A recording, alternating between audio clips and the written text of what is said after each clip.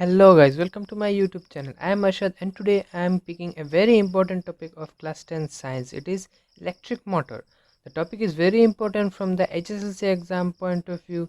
So you guys please concentrate on these two topics. One is electric motor and another is generator. Today I took electric motor and in the upcoming videos I will be discussing about the generator.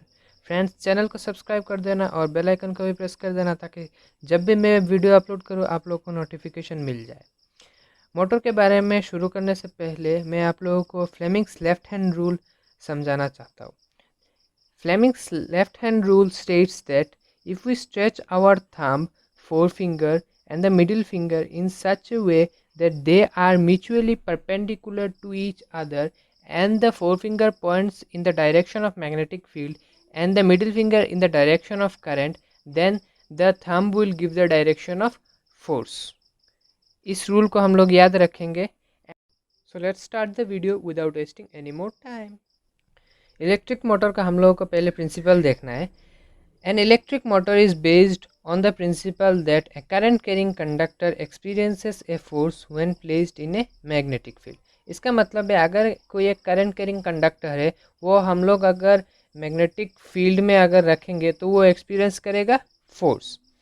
तो ये एक basic diagram है, इसको हम लोग समझते हैं. पहले ये दो मैग्नेट्स है, north pole south pole. North pole से साउथ पोल मैग्नेटिक फील्ड का डायरेक्शन है और ये एक rectangular coil, current carrying coil इसको कह सकते हैं हम लोग, ABCD. और ये P एंड Q ये दोनों स्प्लिट रिंग्स है और ये X एंड Y ब्रशेस है. और ये जो एक एक्सल है ये जो है वो रोटेट करेगा ऐसा ऐसा. और ये एक बैटरी है और ये एक की है.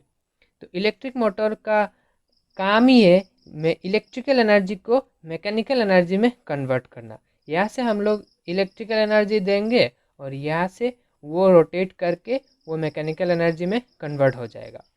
तो हम लोग जब इस कॉइल में ABCD में यहाँ से इलेक्ट्रिसिटी सप्लाई करेंगे तो ये इलेक्ट्रिसिटी ऐसा जाएगा तो X से A में जाएगा, A से B तक जाएगा, B से C, C से D और फिर वापस इस तरफ आ जाएगा.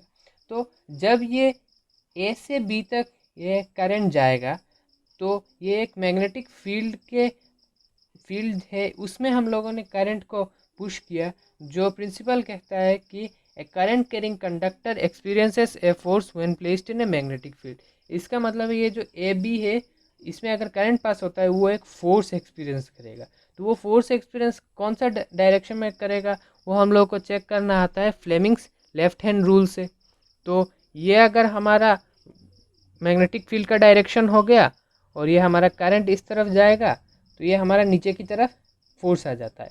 तो इसका मतलब है कि ये जो AB है वो नीचे की तरफ, मतलब अगर ऐसा एक रेक्टेंगुलर कॉइल पकड़ेंगे तो AB नीचे की तरफ झुकेगा और ये BC parallel to the magnetic field है तो ये कोई फोर्स एक्सपीरियंस नहीं करेगा. और ये CD ये इस तरफ करंट ऐसे आएगा, करंट कुछ ऐसे आएगा. तो ये अगर करंट ऐसे आता है इस तरफ आता है तो फिर से हम लोग Fleming's left hand rule apply करेंगे. तो करंट इस तरफ, मैग्नेटिक फील्ड इस तरफ, तो ये ऊपर की तरफ. इसका मतलब है कि ये जो CD है ये ऊपर की तरफ शिफ्ट करेगा और AB जो है वो ये अगर AB और ये BC और ये CD तो ये AB नीचे की तरफ जाएगा, CD ऊपर की तरफ आएगा. तो ये एक रोटेट हो जाएगा. अगर ये रोटेट होता है ये इस एक्सल को भी रोटेट करवा देता है. तो एक हाफ साइकिल में ये ऊपर चला जाएगा, फिर जब करंट और पास करेगा तो फिर और एक रोटेशन लेगा.